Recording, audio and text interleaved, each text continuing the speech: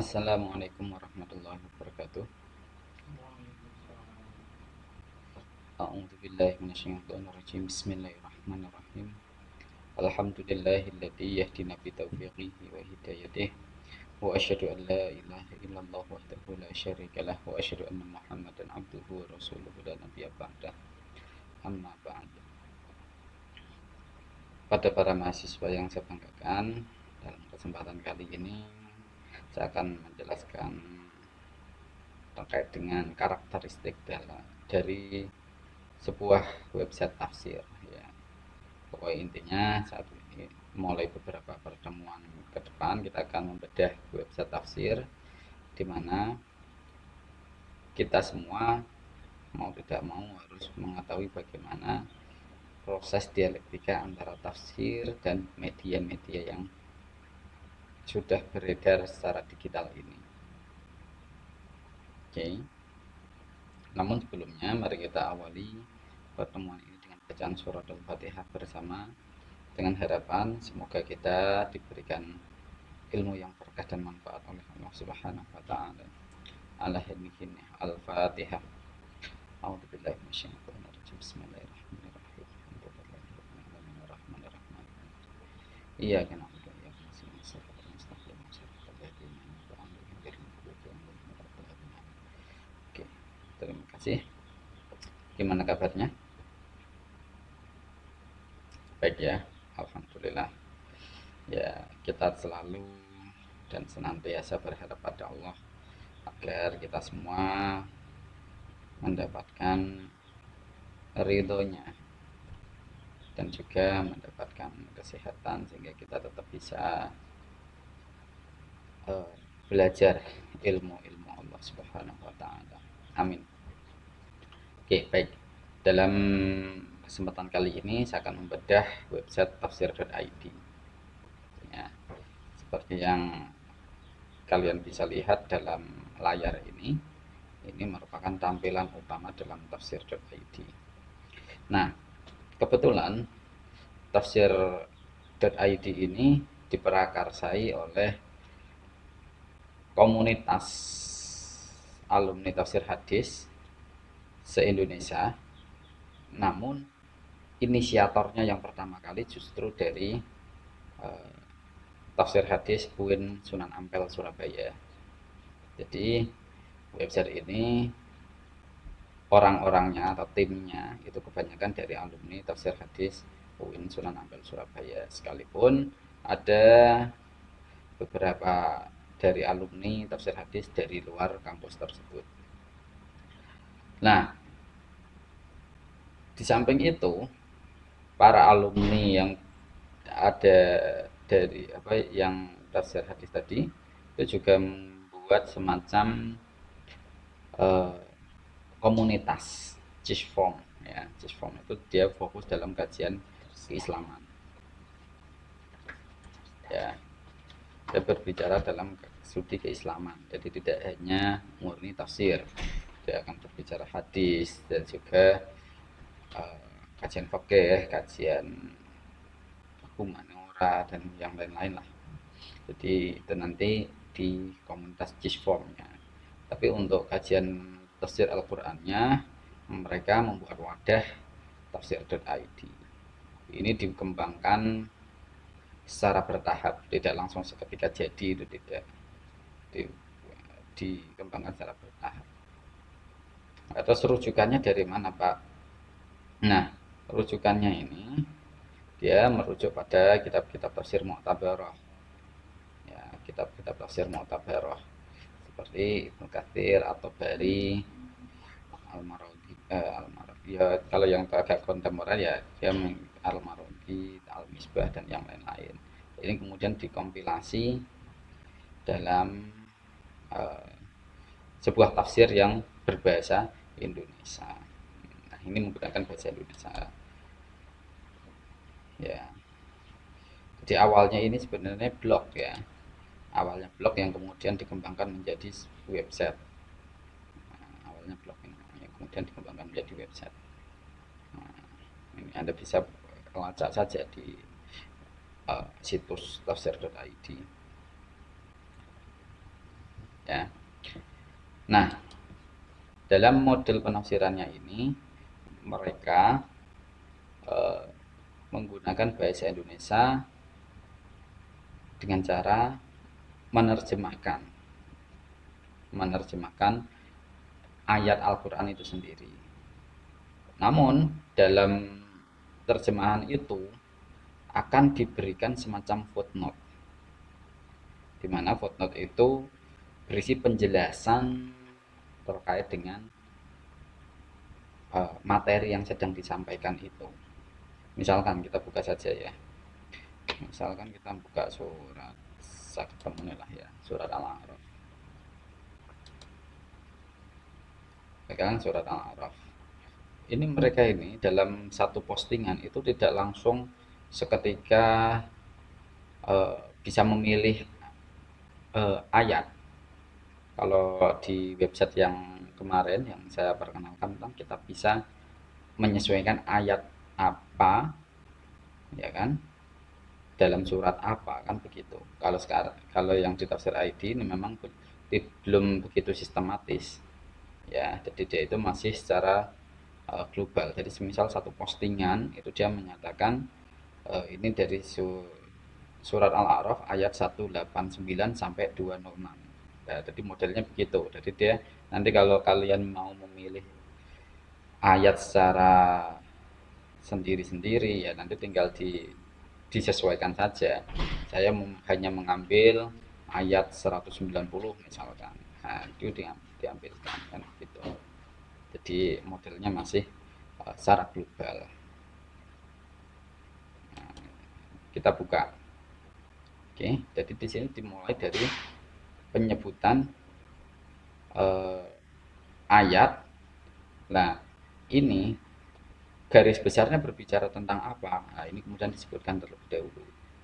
Ternyata ayat 189 sampai 195 dalam surat Al-A'raf ini berbicara tentang Allah Subhanahu wa taala mengingatkan manusia kepada asal-usul kejadiannya. Dia menciptakan manusia dari laki-laki dan wanita, tanggung jawab orang tua untuk mendidik anak dan menerangkan bahwa beribadah pada selain Allah adalah batil.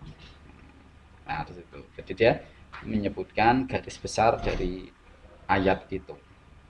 Nah, kemudian tafsirnya, dia menampilkan ayat Al-Qur'annya. Nah, ayat Al-Qur'an ditampilkan. Walladzi khalaqakum min nafsin wahidatin wa ja'ala minha zawjaha liyaskuna ilaiha falamma taghasyaha hamalat hamlan khafifa al-ayah sampai ayat fala tuntirun. Nah, gitu.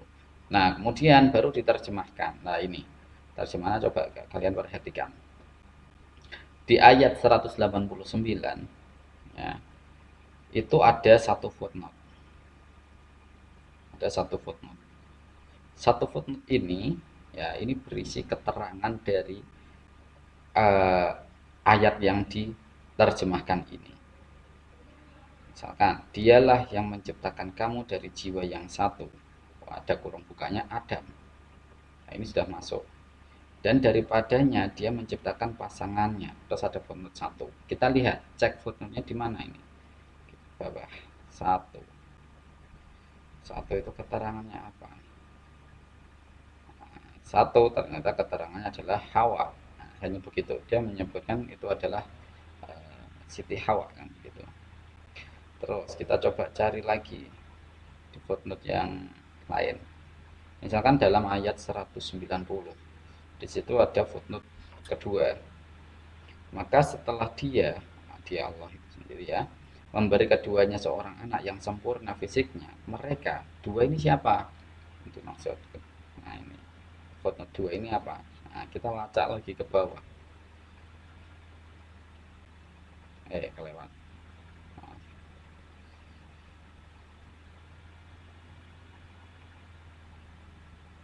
Nah, maksudnya orang-orang musyrik itu menjadikan sekutu bagi Allah terhadap anak yang dianugerahkannya itu.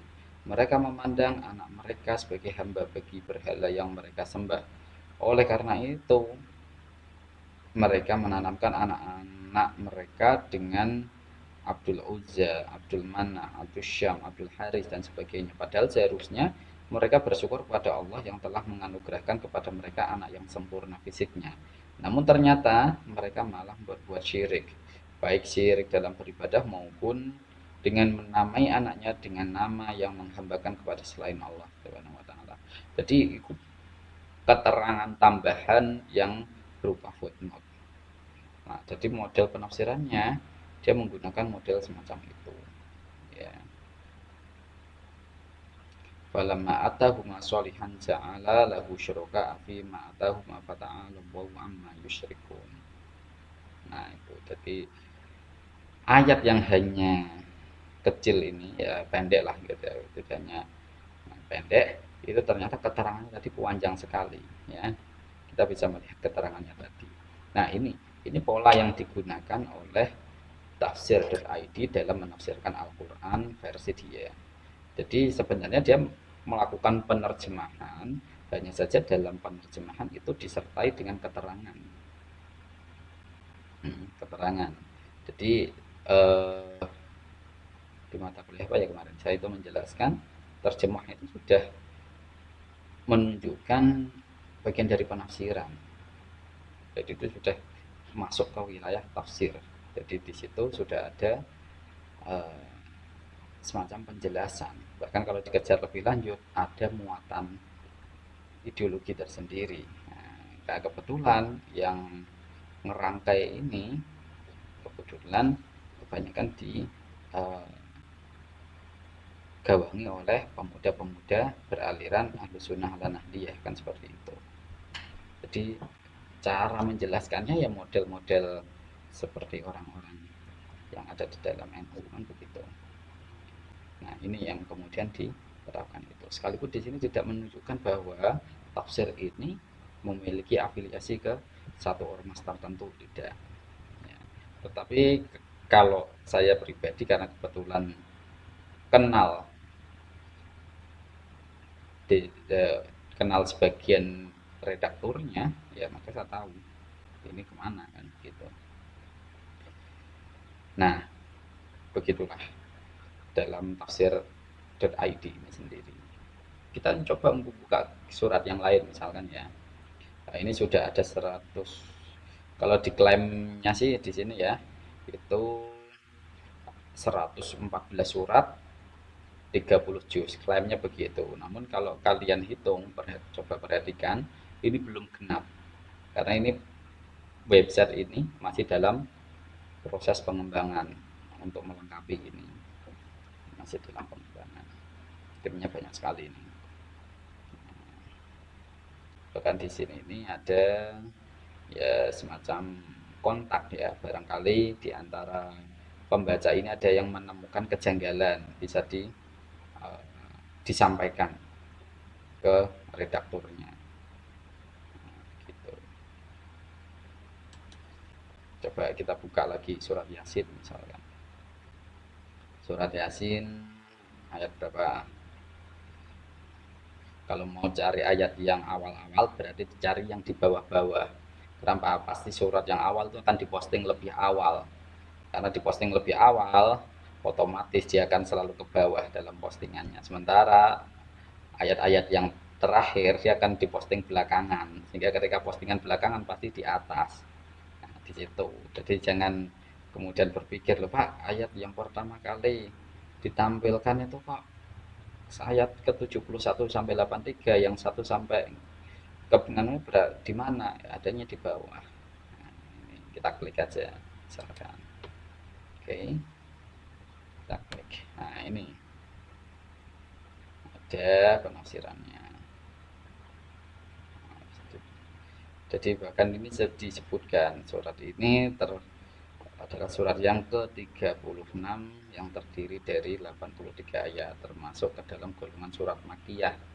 Ada penjelasan semacam itu. Kemudian dicantumkan suratnya, ayatnya maksudnya, ayatnya.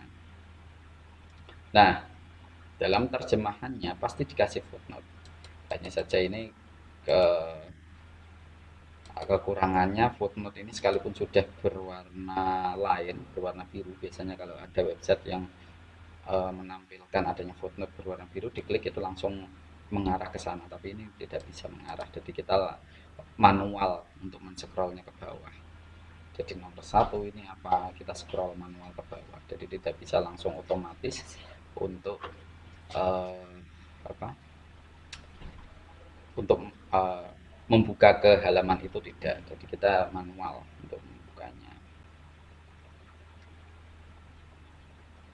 gitu. Oh, ini penjelasannya panjang panjang sekali ya kan, coba Anda perhatikan ayatnya yang hanya pendek, wal Qur'anil Hakim. Nah, ini keterangannya bagaimana? Satu, coba bayangkan satu paragraf ini.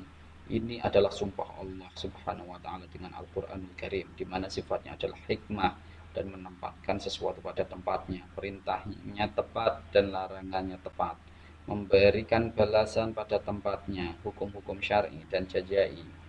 Balasannya juga penuh dengan hikmah. Di antara kebijaksanaan Al-Quran adalah menggabung antara menyebutkan hukum dengan hikmahnya, mengingatkan akal terhadap hal-hal yang sesuai dan sifat-sifatnya yang menghendaki untuk dihukumi.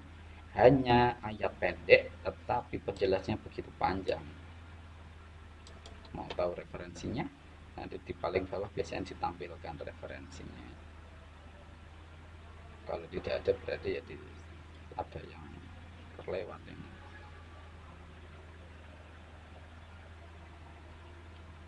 Oh, ini kebetulan belum ada yang ini. Jadi masih pengembangan proses ini. Jadi apa yang dilakukan oleh pengelola website ini tanpa buka apa ya, nggak ada donatur secara tetap lah ya, jadi itu semuanya apa ya, secara bandingan, secara wong-wong itu, jadi secara bandingan dia memberikan pengelola sumbangan dana untuk mengelola website ini. Oke. Nah, selanjutnya tujuan untuk mendirikan website ini untuk apa? Nah, ini yang penting dikaji dalam kajian tafsir dan media itu. Nah, karena era sekarang itu kalau kalian diminta untuk membuka kitab tafsir yang berjilid-jilid, tentu kalian ya kalau memang tidak ada kesadaran diri ya malas kan begitu ya. Eh, Apalagi bahasanya sudah bahasa Arab misalkan. Maka untuk menjembatani antara Al-Quran dengan masyarakat lokal, dalam konteks ini adalah masyarakat Indonesia yang menggunakan bahasa Indonesia, maka bagaimana menciptakan tafsir menggunakan bahasa Indonesia. Pertama itu penggunaan bahasa Indonesia. Lah ini bedanya dengan tafsir Al-Misbah bagaimana Pak? Kan sama-sama bahasa Indonesia, sama polanya. Dia menggunakan bahasa Indonesia, hanya metodenya yang berbeda. Nah, medianya juga berbeda. Nah, tafsir.id ini menggunakan media online. Nah, kalau tafsiran itu kan modelnya cetak. Nah, kalau ini menggunakan media online karena untuk apa ini, menyesuaikan perkembangan zaman di mana serba digital. Nah, di situ. Oke. Nah, jadi website ini memang sengaja dibuat. Jadi untuk memudahkan bagi para pengkaji tafsir, terutama yang pemula, ya, menggunakan online. Terus di samping itu, ini ketika Anda klik di sitemap apa? Nah, sitemap ini, Anda bisa lacak ini langsung secara urut ini di sitemapnya ini. Nah, jadi ini sudah terstruktur kalau di sitemapnya, mulai dari surat yang paling atas sampai surat yang paling bawah. Ini Al-Fatihahnya belum ada kan nampaknya, jadi langsung dimulai surat Al-A'raf, Al-An'am, ya, terus ada surat yang lain-lain lah. Oh, tidak urut ternyata. Oh, ada sudah, Al-Fatihahnya sudah ada, tapi di bawah. Nah, jadi kelemahan website ini hanya kurang sistematis saja. Cuman dalam menjelaskan, saya kira penjelasan sudah sangat komprehensif karena diambilkan dari berbagai kitab tafsir. Nah, oke. Selain itu, misalkan Anda klik di ini, kolom Al-Quran ini, nanti kita akan diarahkan ke ini, ayat alquran.net. Nah, ini ayat alquran.net. Nah, ayat alquran.net. Nah, ini juga berbahasa Indonesia. Kalau di sini bisa dalam kajian tematik. Kajian tematik. Misalkan saya butuh kajian tematik tentang ikhlas dalam beragama. Apa saja ayatnya di sini? Tinggal diklik. Jadi website tafsir.id tadi kemudian menyambungkan ke website ayat alquran.net. Nah, ini kebetulan pengelolanya ya satu geng lah, gitu, satu geng sama. Nah, ini websitenya. Jadi Anda bisa klik secara tematik. Nah, kalau ini langsung tematik. Kalau tadi tidak secara tematik. Kalau yang tadi yang di tafsir.id tadi berdasarkan surat Al-Quran terus ayat berapa. Nah, begitu. Kalau ini langsung ke tematik. Misalkan kita berbicara tentang jahiliyah. Jahiliyah ini ada di ayat apa saja. Nah, kalau di sini menurutnya ada 7 ayat dalam 5 surat. Nah, ada apa saja. Tinggal kita buka aja, klik. Yang penting bisa online. Nah, orang akses internet ya rada susah ini. Nah, ini kemudian dibahas panjang lebar ini ya. Nah, ini yang mengembangkan juga satu geng. Ada Al-Quran dan terjemahannya, ada terjemahan Al-Quran versi Indonesia, Inggris, Melayu. Jadi ini semuanya dikembangkan menggunakan ayat Al-Quran itu tadi. Ada ayat makin madaniyahnya di situ. Jadi kalian tinggal klik saja sudah ketemu tanpa kemudian membuka kitab-kitab banyak sekali. Nah, ini yang dikembangkan oleh para generasi muda dan kebetulan ini alumni dari Tafsir Hadis Indonesia. Nah, itu.